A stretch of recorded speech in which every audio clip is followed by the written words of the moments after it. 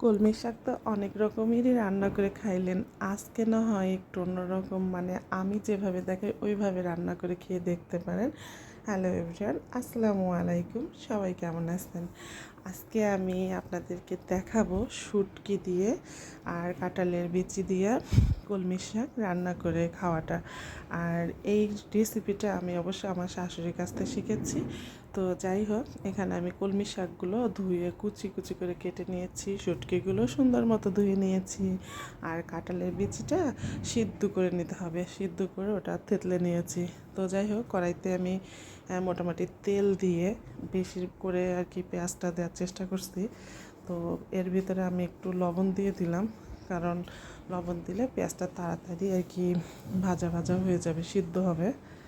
এরই মধ্যে পেঁয়াজটা আমার ভাজা ভাজা মানে ব্রাউন কালার হয়ে গেছে।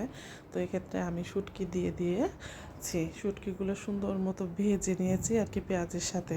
তারপরে আমি শুটকির সঙ্গে যেই মানে কাঁটাগুলো ছিল ওটা আমি সরাই নিয়েছি, যেটা আমি ভিডিওতে দেখাই নাই।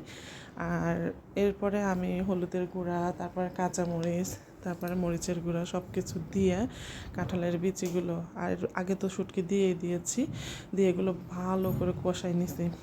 কষানোর পরে আমি এখানে কলমি শাকগুলো, কেটে রাখা কলমি শাকগুলো দিয়ে দিলাম। আর এগুলো দিয়ে আস্তে আস্তে আমি ঢেকে রাখবো। প্রথমে আমি প্রথম পর্যায়ে ঢেকে রাখবো। এরপরে ঢাকনা ওঠানোর পরে আমার এই শাকটা সবুজ সবুজই থাকবে, এটা লাল হবে না।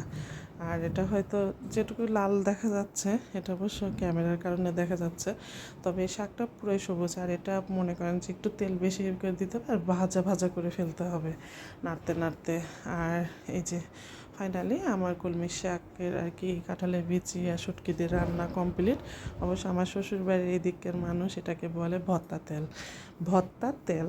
তো যাই হোক, আমার ভর্তা তেল বলেন আর কলমি শাক দিয়ে শুটকিতে রান্না কমপ্লিট, খাওয়াও কমপ্লিট।